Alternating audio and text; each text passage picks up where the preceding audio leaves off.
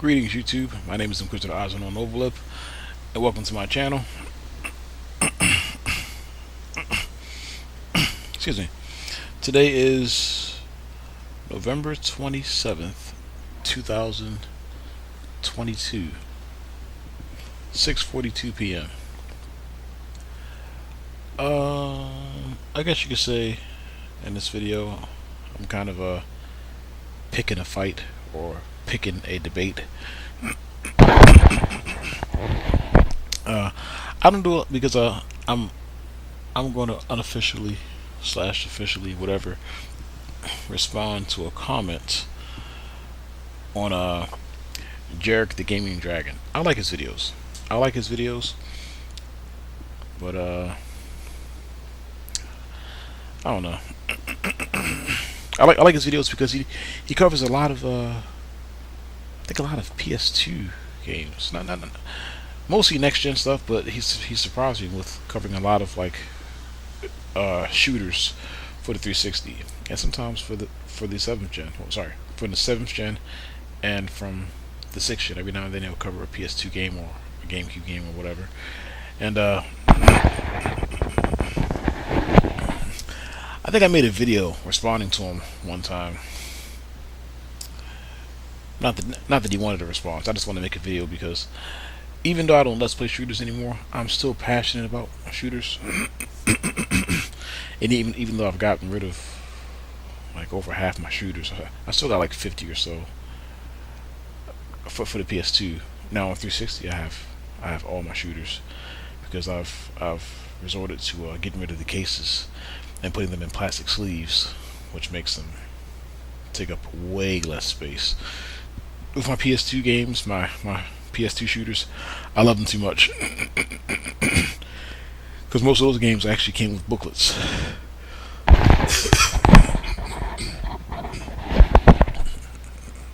Excuse me.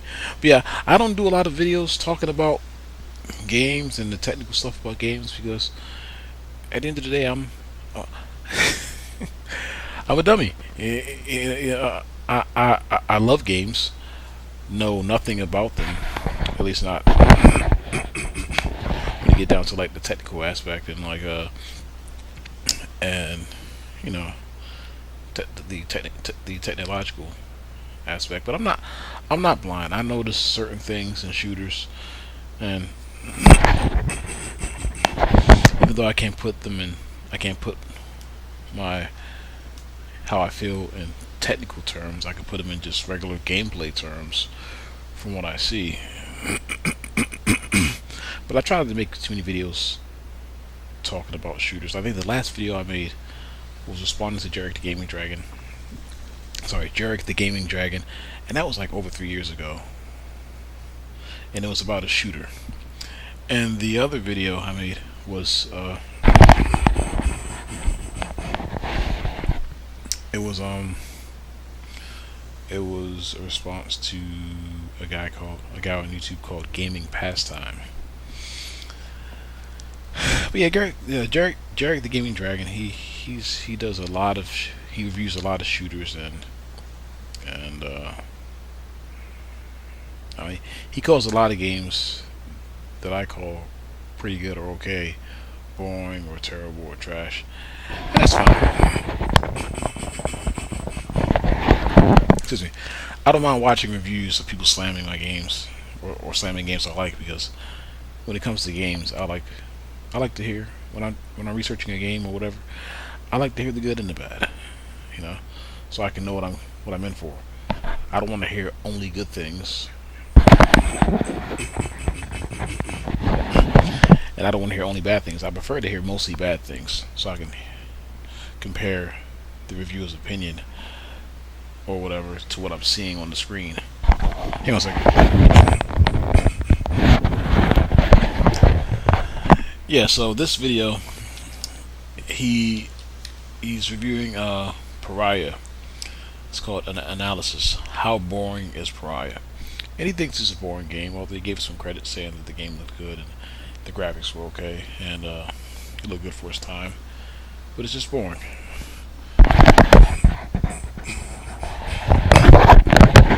No, I don't mind it right there. Even though I liked Pariah, I will say it was kind of annoying. I mean, I guess you can call it boring, but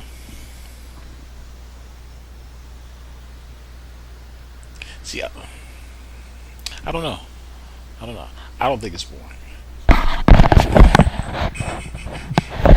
I do think it's a little, maybe it's a little dull in certain areas, but I mean, a lot of shooters are dull to me because I don't play games with music when I do my shooters. When I play shooters, I don't play them with music. But anyway, I'm responding to a comment by Kim Emergency, or the little at symbol for the keyboards. I guess it's Kim Emergency. I guess he smokes marijuana or something, or he's probably really into recreational drugs. Kim Urgency. Kim Urgency. Whatever. Well, anyway, he made a comment saying that this game suffers from what I call Unreal 2 syndrome. Another example of an early mid 2000s FPS that learned all the wrong lessons from Halo and Half-Life.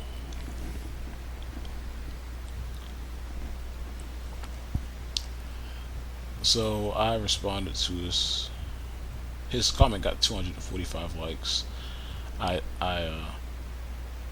Or 245 thumbs up. I gave it a thumbs down, and I responded and said that nothing to be learned from either of those games, especially Halo. And yeah, I guess at the end of the day, this is me bashing Halo. Never, never needed an excuse to do that right there. But,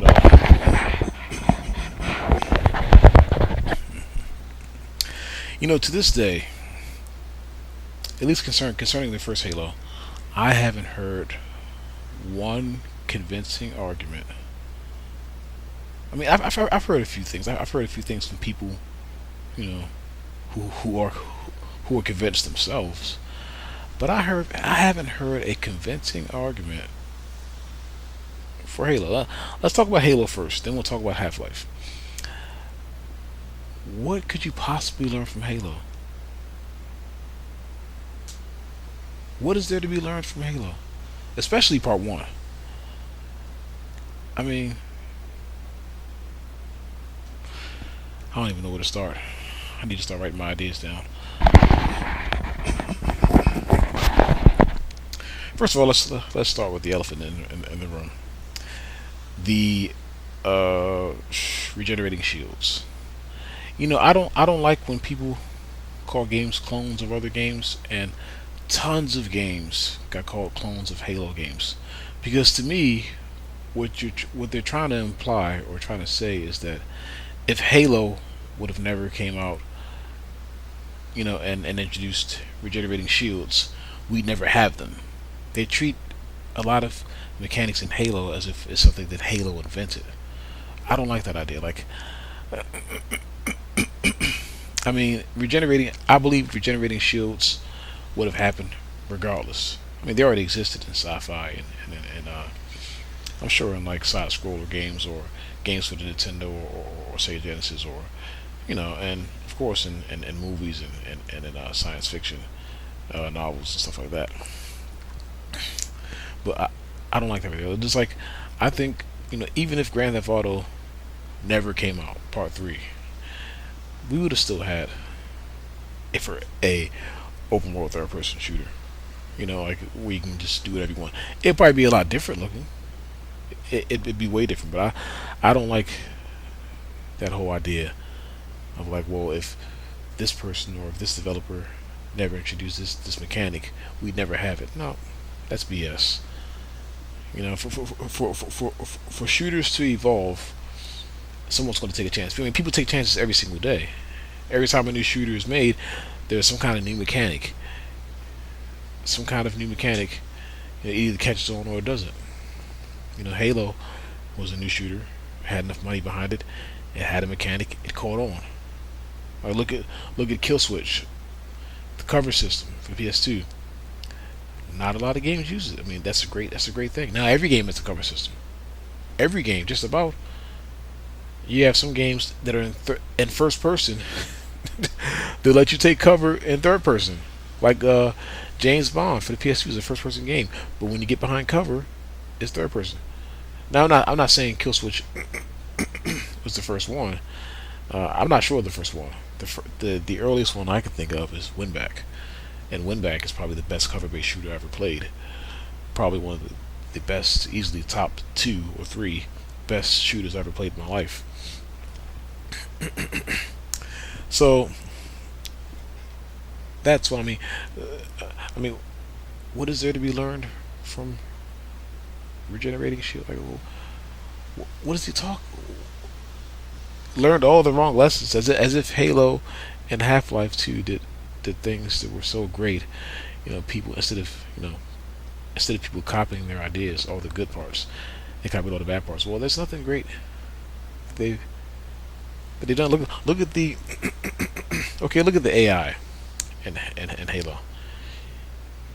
Maybe there is something going on under the hood. Most people don't know. Most people don't care. People that buy that game, they're in it to have a good time. It's only hardcore nerds and people that pay you know, really good attention and that have those eyes to spot stuff, to notice the nuances and the gameplay. But if you don't focus on the nuances, what do you have? It's a game where enemies are, you know, sometimes bullet sponges. For the most part. And look at the environments. I mean, if you ask me, Halo, like when you're not indoors, the outside area, it looks like almost like what you see in American Gladiator. You know how the if you ever seen that show, it's like an obstacle, and it's like blocks and stuff you can hide behind.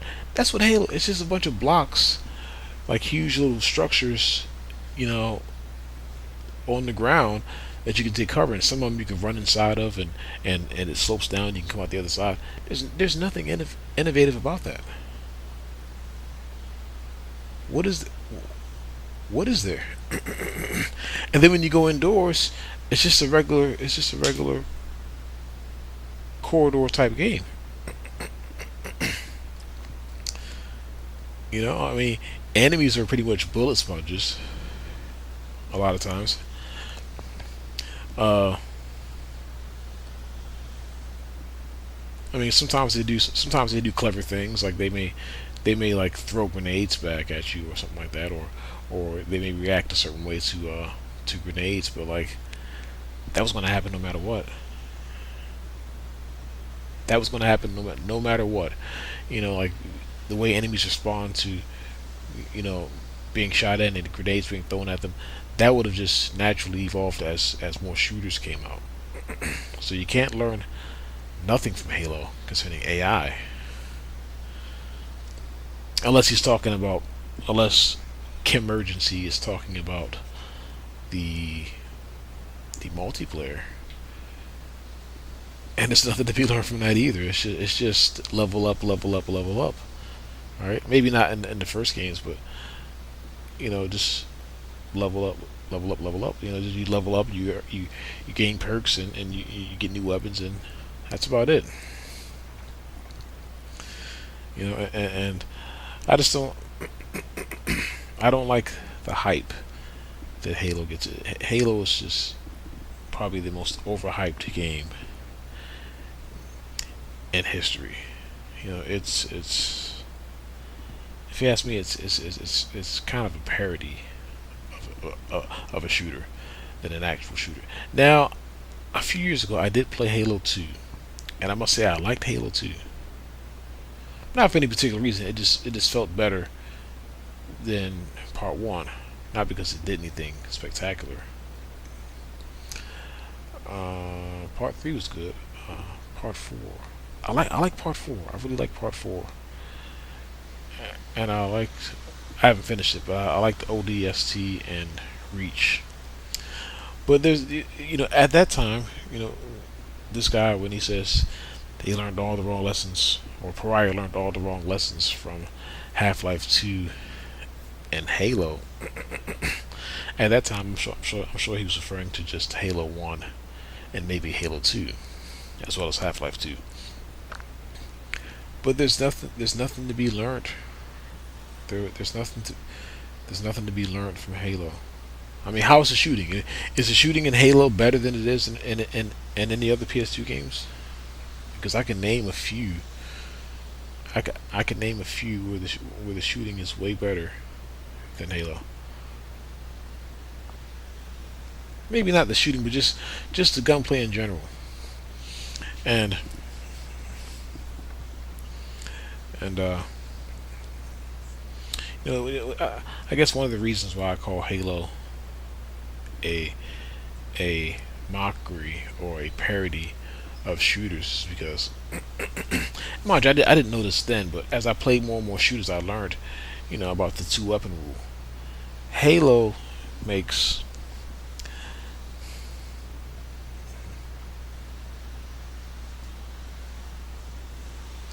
I don't know. It's such a dumb game. Like it underutilizes the two weapon rule in the most humiliating way, in a number of ways. Well, my two weapon rule, because I know that shooters have a two. Some shooters have a two weapon rule. Not really a rule, but some shooters you can only carry two weapons. Well, I have a two weapon rule. Hang on a second. And this is coming from a shooter perspective and a gameplay perspective. There's no point in having two weapons if you're not going to make them both equally deadly. So see, the problem with Halo's a sci-fi shooter, so it can get away with that right there. You can kind of get away with having bullet spongy enemies, but it makes no sense in having two weapons if they're not equally deadly.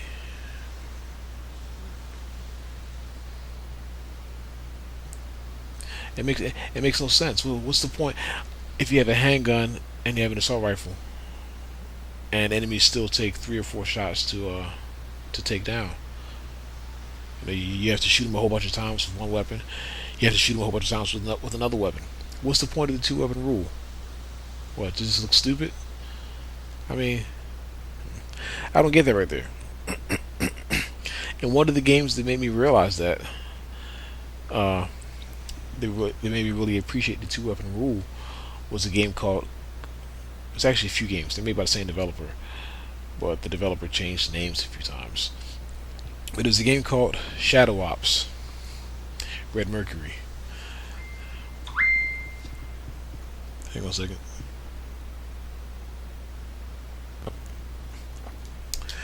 Yeah, the developer was called Zombie something, and they changed their names again to whatever. But those games made me well, no, I didn't name all the games. I got interrupted by a message on Messenger. But Shadow Ops Red Mercury, Combat Task Force 121, Combat Road to Berlin, Combat Iwo Jima. Some of the best first person shooters I ever played. Easily in my top 5. Because in those games, you only had two weapons. And in those games, when you would shoot someone, like let's say you managed to sneak up on an enemy, right? And they don't see you there. All it takes is at least 2 shots and they're down. Head, back, or within 2 to 3 shots, they're down. And especially if you can shoot first, whether they see you or not. If you shoot first, you're going to win the firefight. Pretty much, if they have their back to you and you shoot them, there's no reason why they should turn around, shoot you, and run down the hallway or run and take cover. You go behind someone, bang bang, they're done. You catch someone they're not paying attention. I mean, by someone I mean AI. Bang bang, they're down. And that's with either weapon, whether you have a handgun or a rifle or a shotgun or whatever. And people, they're so busy criticizing the games. People that review them, they criticize them for the lack of graphics and and all this other crap that they miss the big picture. They're stupid. You know, they say, oh well, look at the graphics, but they don't mention how the game plays. And mind you, out of all those games, only Shadow Ops gives you health. And Combat Task Force 121, you get no health packs. Combat Road to Berlin, you get no health packs. Combat Road to Iwo Jima, you get no health packs. You keep the same health, bar you have at the start. You keep it at the very beginning. You get 100 health, and just don't get shot, or shoot first. And that made me realize if you're gonna have a game where you're restricted to two weapons, have it make sense, even if it is sci-fi. At the end of the day, those creatures are, in that world, they're organic creatures, or they're living creatures, whatever. I mean, come on, a bullet to the head should kill anything, at least two. But in Halo, you sneak up behind someone, you shoot them, they're gonna turn around and start shooting you, and then run down the hallway and all this other crap. I think if I had any criticism, it may be that that I don't think enemies have footsteps in those games. Like, you can't hear footsteps. That's one thing I loved Wolfenstein for. And that's another reason right there that kind of proves that people who like Halo or those types of games, people that like those games, and people that like those games and people that that enjoy them and defend them, they're not really gamers. They're not really, at least not when it comes to shooters, because people want this is another thing right here. People want the movie feel when they play a game. I don't mind the movie feel. When I say movie feel, I mean music and all this other stuff, and all these sound effects, or just the movie feel, the soundtrack blasting or whatever. They think that's what a game is. But when you have a game that comes out and there's more cutscenes and talking than there is gameplay, you complain, or people complain. But you want the movie feel. When the game comes out and it has no cutscenes. Where the cutscenes at? There's no cutscenes. There's no voice. There's no this. There's no that. They don't know what. They're just stupid. They're shooter illiterate, whatever that means. But yeah, yeah, because there's a clear. There should be by now, and there is. There should be a clear separation from what a game is to what a movie is. When I sit down to watch a movie, I want to do as little work as possible. Move my eyes a little bit, think about whatever. Focus on whatever. When I play a game, that's a whole entirely different experience. I don't want music blasting and stuff like that. So people that like Halo, they don't understand shooters because one of the things I don't like about Halo, well, another thing I don't like about Halo is the term combat evolved. How is it combat evolved when there's music blasting in your ear? And you got to realize, and I believe in none of the Halo games, none of them you can turn the music down. I think in Halo 3 you can turn the music off, but the music, the sound effects, the voice acting during gameplay and cutscenes is all tied to like the same track. So if you turn the music off, then you're not going to hear any gun sound effects during gameplay. You're not going to hear any voice acting or anything during cutscenes. So I don't like that whole combat evolved when it's not even really combat. Maybe if you could turn the music down, maybe there is a decent sound design under there. But you never know. And one thing that really made me a stickler for immersion was when I first played when I first got into first person shooters. Thanks to the N64 years ago. I was playing a game called Duke Nukem Zero Hour, and I was like, I played with the music on. I thought it just felt. I thought it felt right. I was like, okay, this is how shooters are supposed to be. I'm new to the genre. Like, this is how shooters are supposed to be. Music blasting and gun sound effects and all this other crap. And I forgot what I was doing. I think I just sat the controller down and like did something like scratch my ear or whatever. And I noticed my health bar just dropping. And I'm like, what's going on? And I turn around and there's an enemy that's shooting me. And I'm like, what? And that's because I had the music up. I mean, the music was so loud I couldn't even hear him shooting me.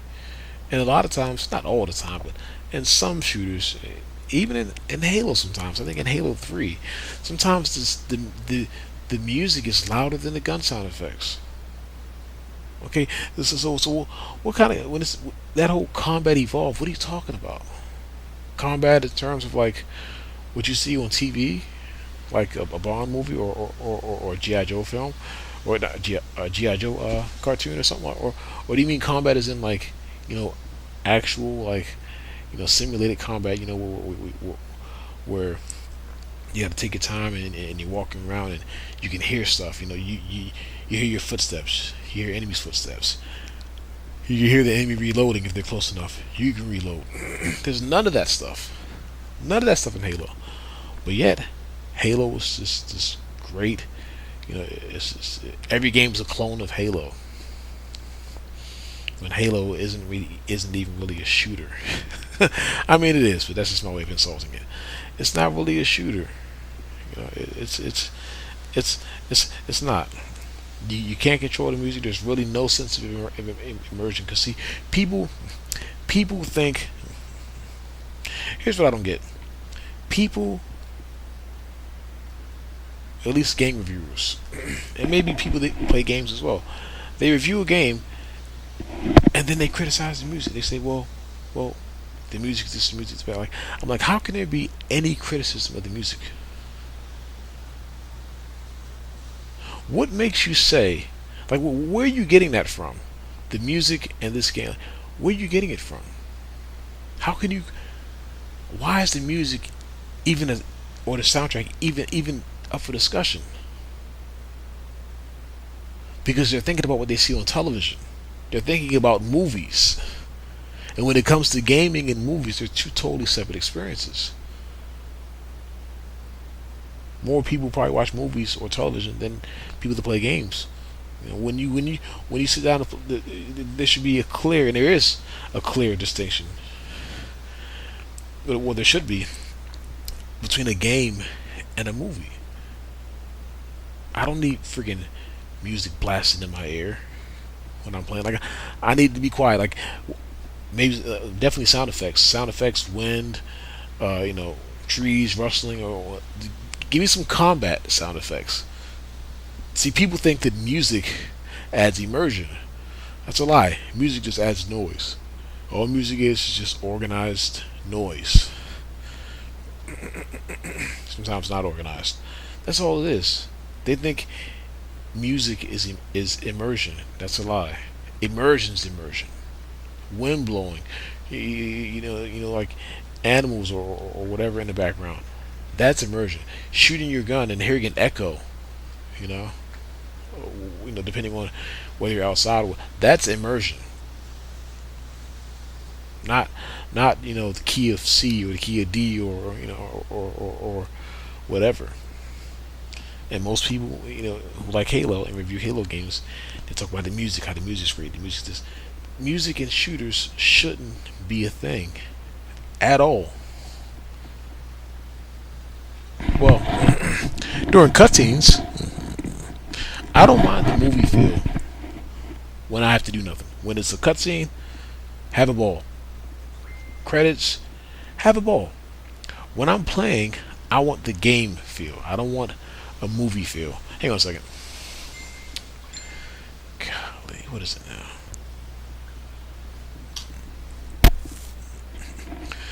But yeah, like I don't mind the movie feel when I'm not playing the game. When I have to do nothing.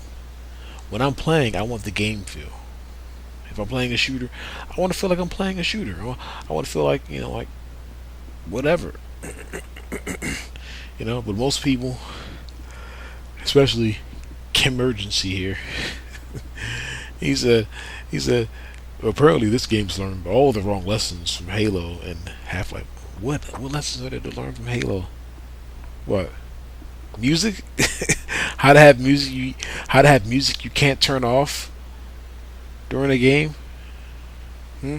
How to have a shoot? How to have a game that's what 90 or whatever percent shooting, just to have the last level a timed vehicle section when Halo, let's just be honest, the first Halo had some kind of floaty vehicle controls. So well, what's great about that last mission? Like, I played Halo before. When I first had Halo, when I first played it, I always thought I beat that game. I always thought I made it further than I did. But then recently, like 2 or 3 years ago, I went to Halo. I went to Halo. I went to Let's Play it because I was still in my, you know, shooter Let's Playing phase, and I actually made it to the end. And I was like, I don't remember this. So, yeah, big wake up call for me. I never made it as far as I thought. As far as I thought I did in Halo back in the past. I was fortunate enough to actually be able to afford an Xbox and Halo years ago. When it first came out. So, but yeah, like there's nothing to be learned from Halo. It's a terrible shooter. Terrible. Terrible. Well, it's good. It has its good points, but the amount of things that I don't like compared to the things I do like in Halo makes it terrible. Uh, let's talk about the vehicle mechanics. Maybe maybe emergency. Maybe he meant that right there. Oh well, one thing you didn't learn. One thing you should have learned from Halo, but you didn't learn from Halo was the vehicle thing. Like, okay, well, what's so great about vehicles? I mean, what's okay? The most unique thing they do is when you honk a horn. When you get in the car and honk a horn, or honk the horn, your allies climb in the car, and they shoot stuff. Well, okay, so what if Halo never did that? No one else would ever do it. And I guess the main thing I could think of, the main game I could think of is like that. Is Mercenaries. Mercenaries. You climb in the car, you go into some allies. Beep beep. They get in. They man guns and sometimes they shoot or whatever. But that's about it. Aside from that, the vehicle controls are just floaty. They're just and the vehicles are kind of pointless anyway. Like, I mean, like the Halo, like, I gotta stop saying like, but the grounds or the area that Halo takes place on, it's not really that big. It's a pretty huge structure, but not huge enough to the point where you need vehicles to drive around. Like, you can get there on foot. It is riding around on vehicles makes things a little more interesting, and it makes I guess you could say it makes firefights more interesting, and that's true. But again, what Halo did, if Halo didn't do that, as shooters evolved, it would have happened anyway. I mean, it wouldn't. It wouldn't. So what do you really trying to say that that Battalion Wars is a direct clone of Halo? I mean, there's vehicles in Battalion Wars. There's tons of them. vehicle combat, and it does things. It does a lot of things a bazillion, quadrillion, whatever times better than Halo in terms of vehicle combat and in terms of just shooting in general. I mean, you really want to go there? Like, look at all. Like, there's so many shooters like this, and almost all of them get compared to Halo, or they're called a clone of Halo. And all the games that get called clones of Halo or Halo clones are better than Halo. I mean, but oh well. It shows you what people like. People like a gaming experience where they're controlled and where they're restricted, where they're told here's what's presented to you, here's what you're going to enjoy, and they just do it without question.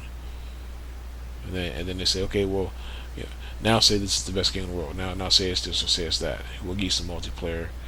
We'll give you a weird looking, multiplayer arenas for you to fool around in. So that's kind of my whole thing with Halo. Video over. Just kidding. I'm sure I'm missing a few things. I'll try to get back to those if I can. The things that I can't think of. Now, Half-Life 2. Half-Life 2. I like it better than Halo. I do. I like it a lot. That's a game where, of course, I'm one of those people that played Half-Life 2 before Half-Life Part 1. And that's a game that I kept thinking that I like. When I first played Half-Life, I was still in my my GameStop phase where I couldn't keep games. I was constantly trading them in for other games. So that was a game that I thought I beat like plenty of times. I was like, man, I beat Half-Life before. I beat this game plenty of times. But every time I play it, the game is so long that I'm like, okay, well, I know I beat this game a few years ago, but I don't remember this part. I keep in my mind. I keep looking for things that I remember when playing Half-Life, only to realize like after a certain point, I don't remember none of this stuff. Oh, so I didn't beat the game back then. It's so long, and I've had it at least 3 or 4 times. The game that I keep thinking that I beat it when I never actually did. I mean, I beat it now, but just back then, I kept thinking Half-Life. Yeah, man, I'll play Half-Life. I can beat that game in no time. But I mean, what is there to be learned from Half-Life? I mean, okay, there's puzzle solving. Hang on a second. Hang on a second, please. This is ridiculous.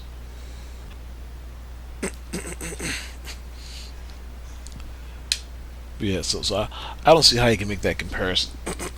Like, Pariah learned all the wrong things from Half-Life 2 and Halo. Well,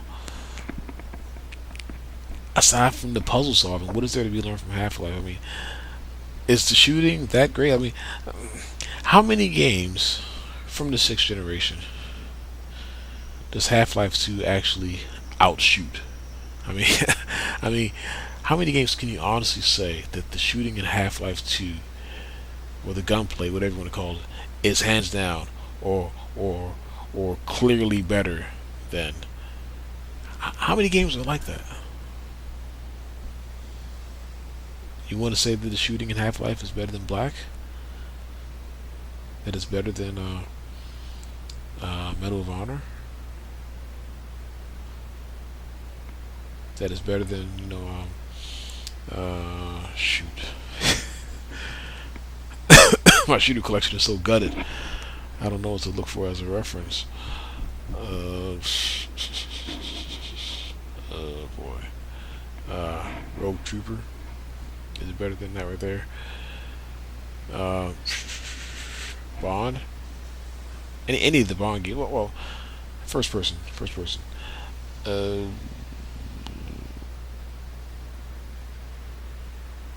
I say this, now the shooting in Half-Life sounds great.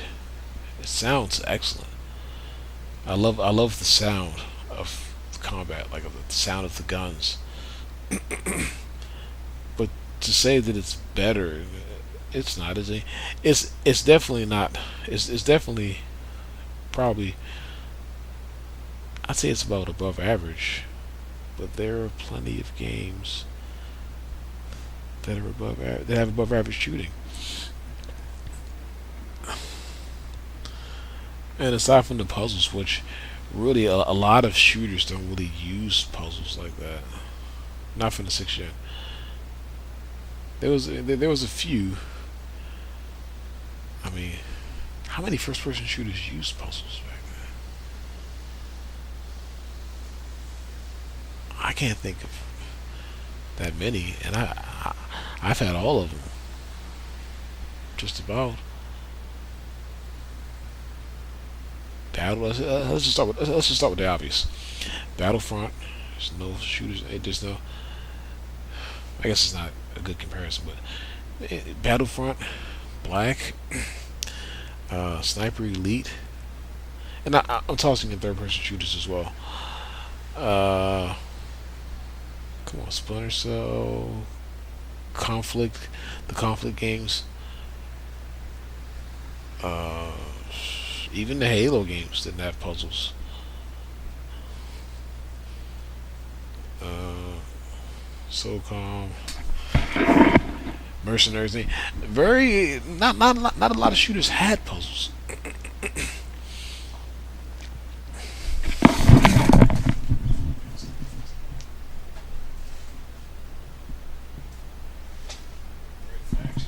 Maybe one of the. I think in Time Splitters there was a puzzle.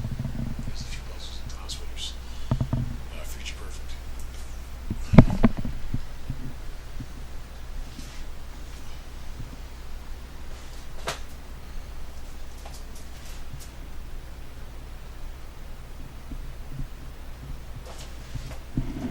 Soldier of Fortune, Dead to Rights. There's probably a few puzzles in Dead to Rights. Max Payne had a few puzzles as well. Well, they were kind of like puzzles. You know that puzzle where you're in like you're in the dark and you got to follow those red lines and stuff, or she'll fall to your death. So I guess you can call that a puzzle.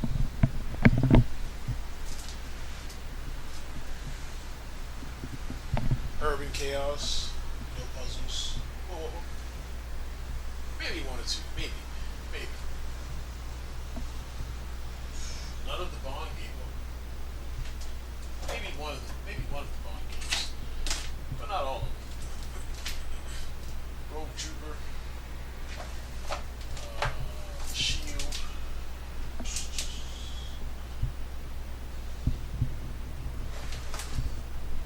Cold Winter, Ghost in the Shell.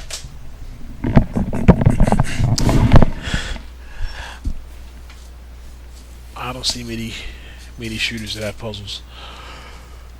So yeah, that guy just didn't know what he was talking about. And you know, at the end of the day, people are they're just stupid.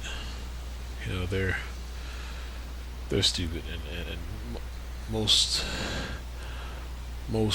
shooter fans don't really know what, or people that think they like shooters, they don't know what they're talking about. I mean, look, like for example,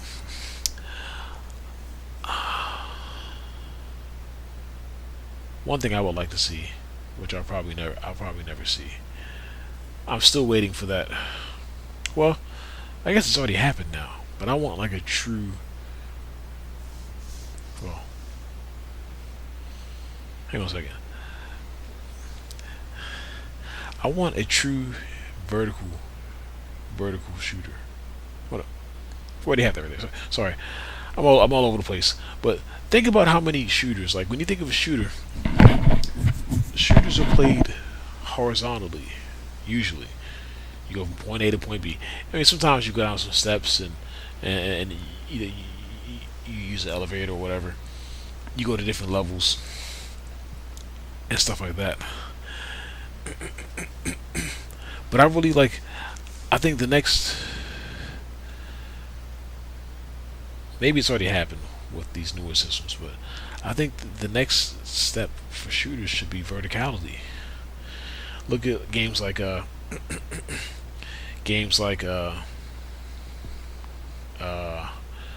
Damnation, which was a vertical shooter. It got criticized. That was a shooter like if somebody was shooting at you, you could actually climb out a window, drop down, climb down, to the ground level or whatever. Because most of the levels were took place in the sky. They were on like giant. The buildings were on like kind of like stilts or like really high structures. So you could actually leave wherever you're at and climb down or up, depending on the level, and get a whole new perspective or what do you call it, vantage point on your enemy. But that game got criticized. The company got shut down. Look at Bionic Commando. I mean, it was kind of vertical. The way you navigate, it wasn't really that vertical, but just the way you navigate it was kind of unique. You know, uh, Dark Void, another game. You could just just wherever you're at, just leave and just go to a higher level, or not all the time, but every now and then you could just you have more options when it came to moving around in the environment, other than just going straight forward or straight back. Those three games got criticized. They got made fun of. They got terrible reviews. But all of a sudden, when Titanfall comes out and you can wall run and stuff like that, people like that. I'm like, you guys are stupid. Like, like a Brink was another one. It was popular for its multiplayer, but that's probably the first game I remember. The first shooter I remember where you could actually wall run and do other stuff. And so they don't know what they want. They criticize one game for being a certain way, but then they praise another game that's kind of the same as, or that has a lot of the same mechanics. That's the game they criticize, and that to me just makes them stupid. They actually look stupid, sound stupid, and and be stupid, I guess. Uh, but I don't know. I don't know much about gaming or about video games. I know what I like,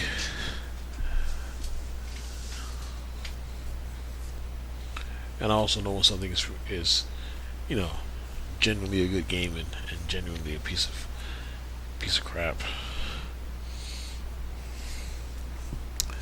But yeah, it's been over an hour, I guess, or just about an hour. So I'm done. You guys can watch it or this video, or you can not watch it. I don't care. I know I was all over the place. A lot of the points I made didn't make a lot of sense, but I just don't like when people overpraise or overhype games, or games that don't deserve all that hype or whatever.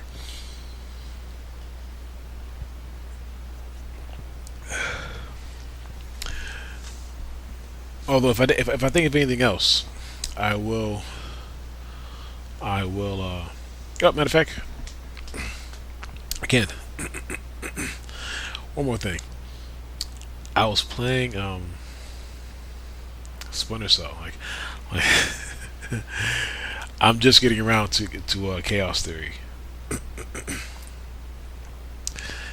But first I played Pandora Tomorrow. Good game, great game. Now towards the end, and maybe every now and then in the middle, there was some really annoying parts. But one thing I liked about the game, you could turn the music off. You could hear stuff going on around you. Turning the music off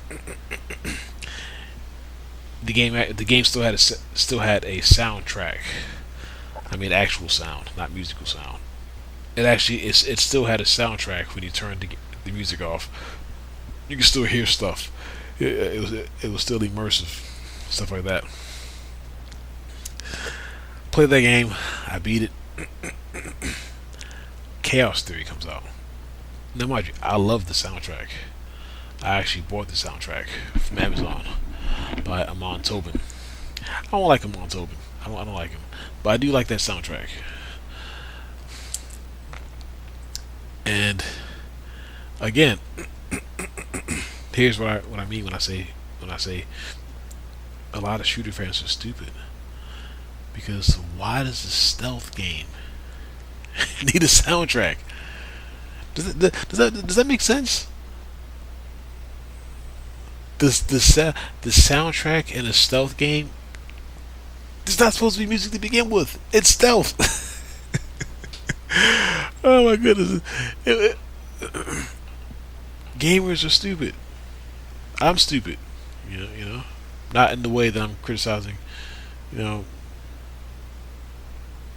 these other gamers or whatever for, but I'm stupid sometimes. But like, one thing I hated about Chaos Theory, because I'm not one of those people that liked Chaos Theory. I do like. I will admit, as far as mechanically, it's probably the best one. It's probably the best Splinter Cell. But just when it comes to immersion, because I gotta have immersion. I gotta have immersion no matter what. Even if the gameplay is good, I gotta have immersion. You gotta know when to shut up or whatever. Like with pause for a second. Half-Life 2. Mind you, I don't like music in my shooters, but Half-Life 2 was one of the games that made me kind of consider music or leaving music on in my shooters, because Half-Life, the music knew when to start up and it knew when to shut up. It was perfect. Half-Life nailed immersion. I could play it without music, with or without it, because it knew when to be quiet. Like, I tried it as an experiment. I played like half the game and I was like, this soundtrack, not the music, but this, when the music kicks in and stops, like, that's good. It's great. But the way they did it, and some shooters, every now and then, some of them, the music knows when to be there and when to not be there. But in freaking Chaos Theory, man, when you get spotted, when I was spotted by an enemy, yeah, all this little this little drum and bass and like all this like what are you doing? I'm trying to find somewhere to hide and be quiet, and you got all this all these drum, like what's going, like, that makes no sense. Like immersion is ruined, but like 99% of people, at least on the internet, call that the greatest Splinter Cell game of all time. How the music is just great. Like, the music is great. Like, it's a stealth game. Hey, it's a stealth game. There's supposed to be no effing music. If it was a movie, if this was what's that thing? A Jack Ryan movie or something, or a Bond movie, where I don't have to do anything, then yeah, fine, play the music. But I'm playing this game here. Like when I want to be quiet, like if I get spotted by an enemy, I want to go quietly hide somewhere or get a vantage point and just try to defend myself, or whatever. I don't want music blasting all in my ear. And I've only played the PS2 version, but I'm sure the 360, the original Xbox version is probably the same. I want to play a version where I can turn off the music. And it always it always kind of puzzled me, like, why is it for part 1 and part 2 you can turn off music? Chaos Theory, you can't turn off the music, but then the game after Chaos Theory, you can. Like, What's going on here? Like what's the big idea?